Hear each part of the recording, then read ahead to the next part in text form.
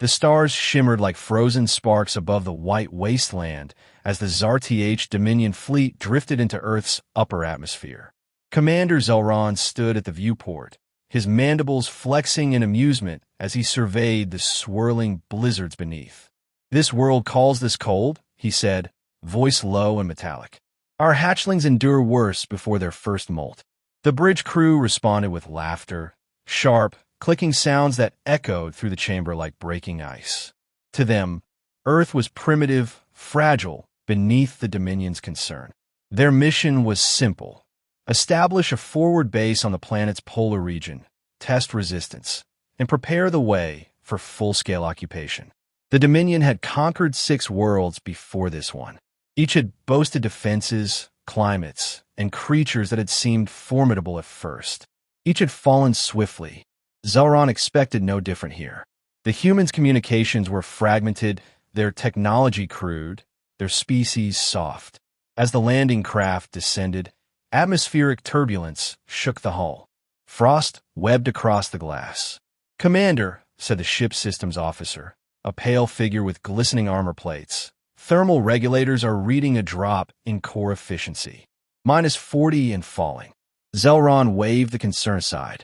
"Our armor can endure the void. Do you think this planet's air will undo us?" He turned from the viewport, his eyes narrowing as the ship's engines roared. The tundra below stretched endless and silent, a land of snow, dunes, and ghostly light. Touchdown was brutal. The landing gear sank into ice, and the wind howled like a living creature. The first unit marched out, 20 Dominion soldiers in gleaming exosuits. Each step cracked the permafrost. They began assembling a signal beacon, its spires stabbing upward into the storm. Within minutes, problems emerged. The beacon's circuit stuttered, lights dimming and flickering. The soldiers' armor emitted faint warning chimes. One trooper cursed in the guttural Dominion tongue as frost formed inside his helmet. Their breath, heavy with condensation, froze midair. "Atmospheric interference?" asked the officer. "No," Zar'th growled, his breath misting. "A glitch." "Proceed." The wind carried strange sounds, low, rhythmic thuds. At first, the aliens ignored them, assuming they were echoes of shifting ice. But as the noise grew closer, sharper, it became deliberate, measured. From the crest of a snow ridge, Sergeant Riley studied the newcomers through his thermal scope. 5 red-hot signatures moved near the crashed craft, their body temperatures so unnatural they glowed like embers against the frozen landscape. Riley lowered the scope and rubbed his gloved hands together, feeling the bite of the cold through his gear. Around him, his squad crouched low, their breath forming plumes in the dark. "Looks like company dropped in," whispered Corporal Hayes, his voice muffled by his mask. "Not tourists," Riley replied. "Keep your safeties off, but your heads down. We'll watch before we shoot." They'd received the alert just 2 hours ago. Unknown craft entering the Arctic exclusion zone.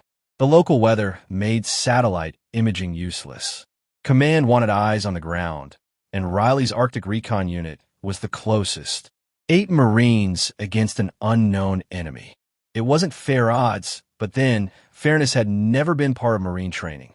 The aliens moved with mechanical precision, erecting strange metallic pylons in a circle. Energy crackled faintly between them, sending ripples of blue light through the snow. Riley adjusted his comms. "They're setting something up. Tech looks heavy-duty, probably comms or a field generator." "Orders?" Hayes asked. "Observe only. If they start spreading out, we pull back and call it in." The storm thickened, swirling around them like smoke. The aliens' figures blurred and vanished behind the snow. The sound of their machinery faded too, replaced by the endless whisper of wind. Riley switched his scope to motion tracking. Nothing but static. He frowned. "They're gone." Private King muttered, "Maybe they cloaked?" Riley didn't answer. He scanned the horizon again. In this cold, even the air felt alive, shifting, hiding. He'd fought in deserts, jungles, cities, but the tundra was different. It wasn't just cold, it was hungry. It devoured sound, light, and certainty. Down at the crash site, Zar'th paced around the beacon. His claws tapped impatiently against the metal. Status: still unstable. Commander, came the reply. Energy fluctuations increasing. Then stabilize it. I will not be delayed by a frozen rock. He turned to gaze across the endless field of white, unaware that the same snow concealed his enemy. The Dominion believed themselves masters of adaptation, but they had never fought on a world that fought back with silence, ice, and patience. One of the alien scouts strayed too far from the group, trudging into a small ravine to adjust his signal array. The moment his form disappeared from view, Riley's squad moved. Silent gestures, smooth motions, they slid forward through the snow, rifles ready. Hayes took position behind an ice shelf, his scope fixed on the target. Riley's voice was calm, controlled. Hold fire until I mark. The scout crouched, metal limbs clinking softly. He didn't see the glint of the rifle barrel through the snow mist. A single suppressed shot cracked the quiet. The alien dropped instantly, his power cell hissing as it ruptured, releasing a faint blue mist. The Marines melted back into cover, ghosts among the ice. No one spoke. No celebration, no chatter. Riley simply whispered, "That's one. They'll notice soon." Back at the landing site, the Dominion soldiers froze as the beacon's reading spiked. Commander, Unit 7's life signal just vanished. Zelron's gaze snapped to the data feed. Explain. Unknown. Possible environmental hazard. Zelron clenched his claws. This planet hides more than it shows. Double perimeter. Activate thermal scans. As they spread out, the Tundra swallowed their movement once more. The Marines retreated to higher ground, watching through the white haze as alien lights flickered below. Riley felt the pulse of adrenaline steady in his chest. He had seen fear before, his own and others, but this was something else. This was the quiet before something enormous broke loose. Hayes murmured, "You think they'll chase us?" Riley smirked behind his mask. "If they're dumb enough to follow, the cold will do half our job." Far below, Zelron stared into the storm, his vision cutting through the snow's veil. For the first time, he felt a twinge of uncertainty. The air itself seemed alive, whispering in tones his translator couldn't parse. "They hide," he muttered, voice low. "Like prey. Somewhere unseen." Riley whispered back to no one in particular, "No, we hunt." The wind roared between them, carrying no warmth, only promise. The Tundra waited. The storm came harder at dawn, a blinding wall of snow that turned the world into shifting gray. Sergeant Riley wiped eyes from his visor and studied the alien perimeter below through the drone feed. Their formation had changed overnight, tighter, more defensive. They'd learned something. The Dominion troops had planted triangular energy pylons that glowed faintly beneath the drifts, forming a humming network. Riley guessed it was some kind of sensor field. Smart, but not smart enough. "Looks like they're getting nervous," Hayes said, crouched beside him, rifle balanced across his knees. "Good," Riley muttered. "Nervous means they'll make mistakes." He adjusted the drone controls. The small device, a hummingbird-sized scout rig, dipped low, sending back static-wrapped visuals of alien figures moving in the storm. Their armor flickered with short bursts of blue light, and the air around them shimmered faintly, the same way a mirage does over asphalt. Back at the Dominion camp, Commander Zelron paced in agitation. The cold had seeped through even his reinforced armor, numbing his limbs. The beacon still sputtered. "Why is the link not stabilized?" he demanded. "Thermal variance continues to disrupt the energy flow," said the systems officer. "The planet's magnetic interference." "Excuses," Zelron cut him off sharply. "We adapt or we perish. If this planet wishes to fight, we will teach it fear." But fear was already creeping in. His troops had spent the night in malfunctioning suits, their coolant systems frozen solid. One soldier's exoskeleton had locked completely, freezing him upright like a statue. Another's weapon core had cracked from a cold. These weren't enemies the Dominion could see or predict. This was an environment that clawed at them from all sides. Riley and his Marines had spent those same hours crouched in snow pits, feeding off ration heat packs and bitter coffee. The contrast wasn't lost on him. The aliens had numbers and machines. The Marines had patience and the cold itself. He pointed to a flickering blip on the drone screen.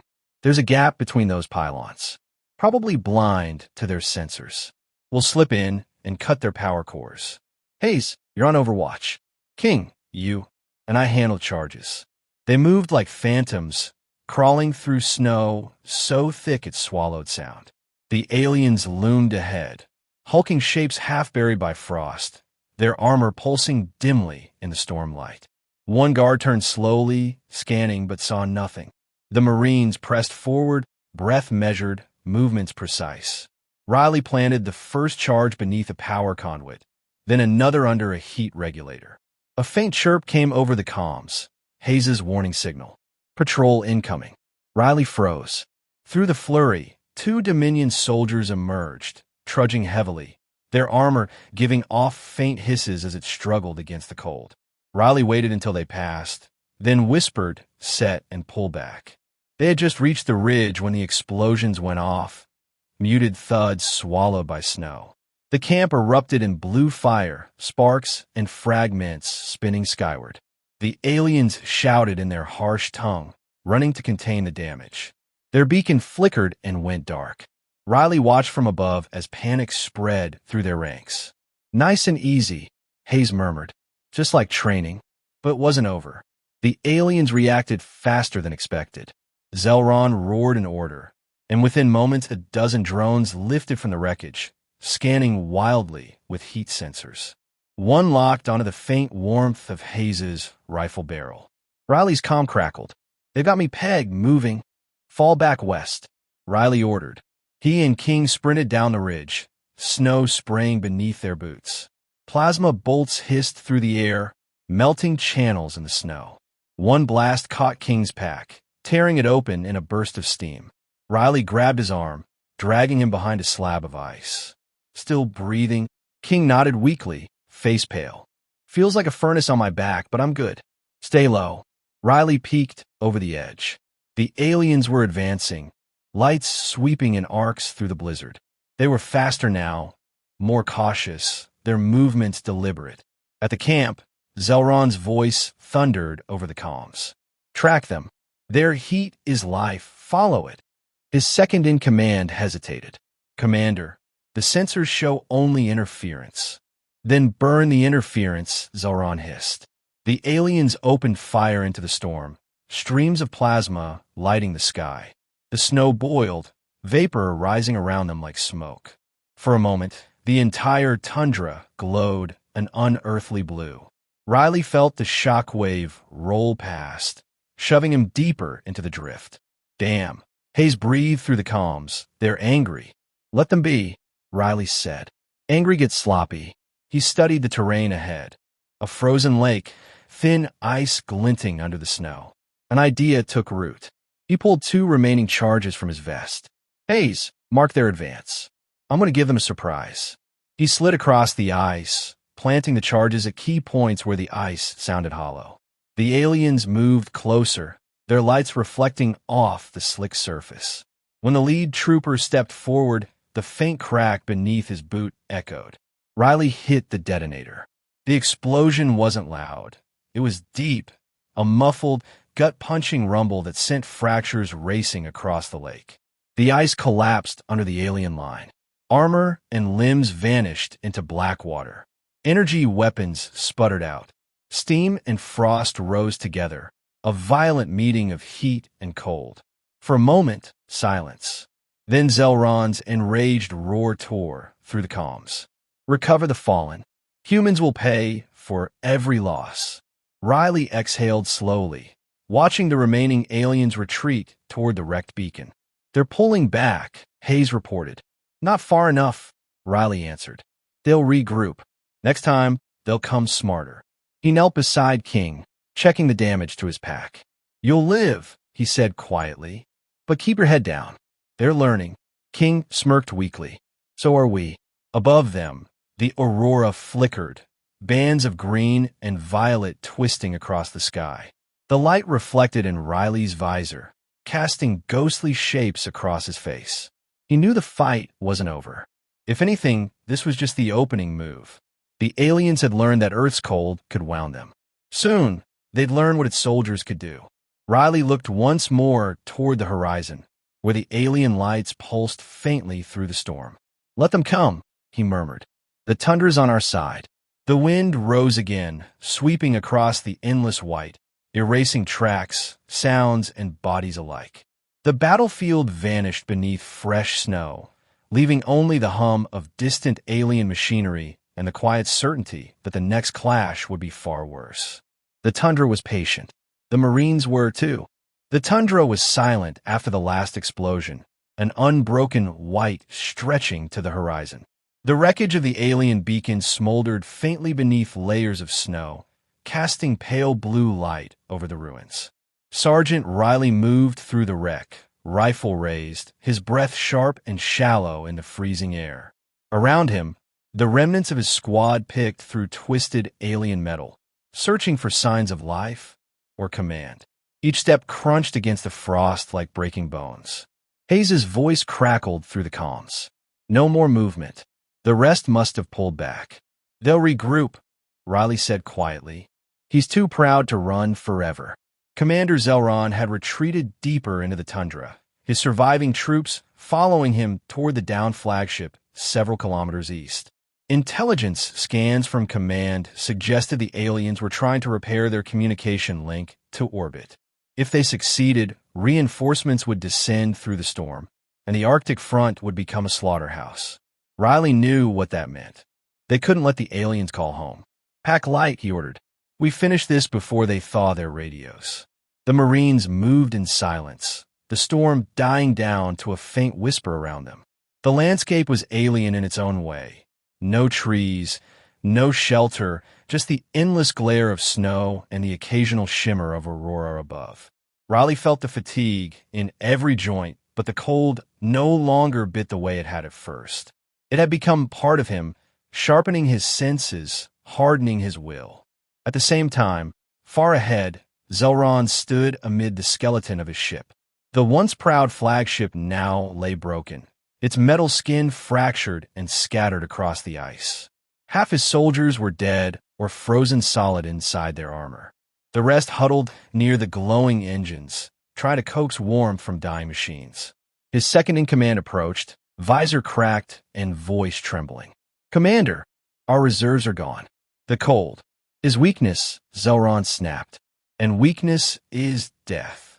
He turned his gaze toward the white horizon, his breath forming thick clouds in the frigid air.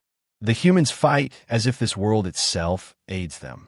But no world can defy the Dominion.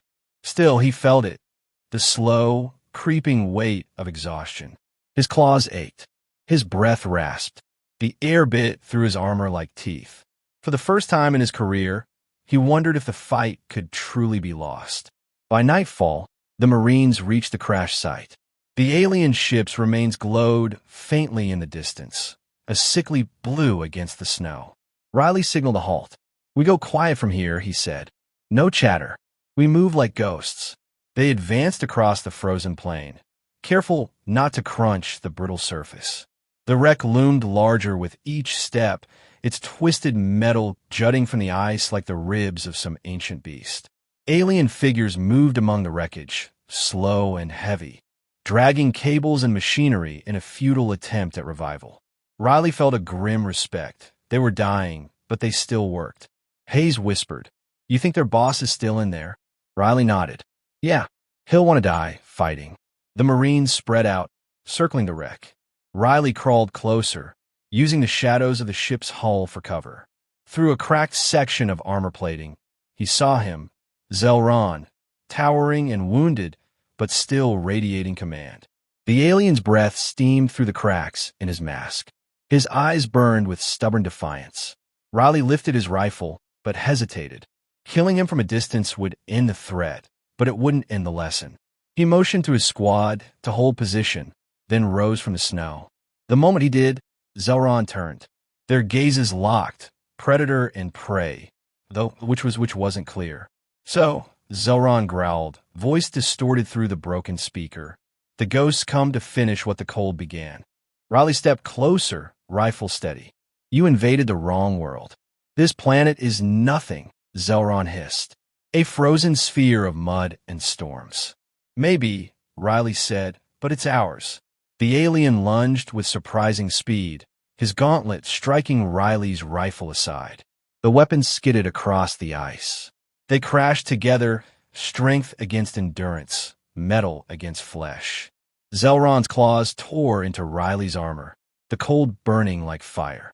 Riley countered with a knife strike to the alien's joint, wrenching the limb free. The two slipped, rolled, and slammed into the snow. Each breath felt like glass in Riley's lungs. Your kind hides behind weather and chance, Zelron spat, voice weaker now. Without your storms, you are nothing. Riley drove the knife deeper, twisting until the alien's armored chestplate cracked. Without them, he said, we learned to survive. Zelron staggered, collapsing on one knee. His breath came shallow, the frost sealing his armor seams. He reached toward Riley, claws trembling. Your world bites, the words faded. The alien froze in place, eyes still open, a statue claimed by the ice. Riley stood over him, chest heaving, knife dripping blue fluid that hissed as it hit the snow. Around him, the Marines emerged from cover, weapons ready, but no longer needed. Hayes approached, eyes wide. That the big guy? That's him, Riley said quietly. What now? Riley glanced toward the horizon. The aurora shimmered again, bright and alive above the frozen wrecks. Now we make sure they never come back. They planted the last of their explosives along the ship's core. As the Marines retreated, the night erupted behind them, a pillar of light and heat tearing through the darkness. The blast reflected in their visors as they watched the Dominion flagship sink into the snow, glowing embers scattering into the sky like dying stars.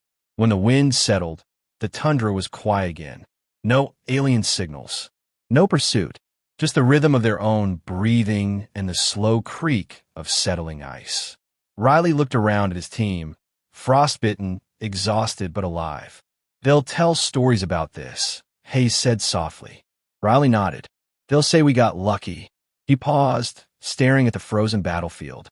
But luck doesn't fight. People do. As dawn broke, the first rays of sun spread across the tundra, glittering over the wreckage. The Marines began their long march home, their tracks the only movement in the endless white.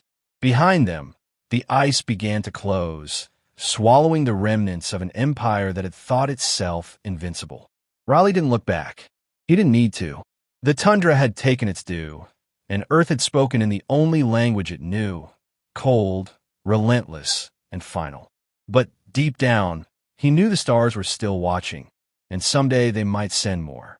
When that day came, humanity would be ready.